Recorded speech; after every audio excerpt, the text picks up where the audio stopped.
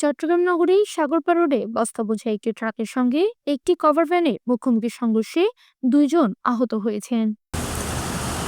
সোমবার বিকেলে এই দুর্ঘটনা ঘটে।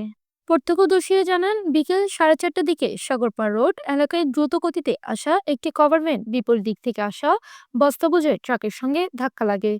এতে কভার ভ্যানটির সামনের অংশটি দুমড়ে মুচড়ে যায় এবং ঘটনাস্থলে 2 জন গুরুতর আহত হন।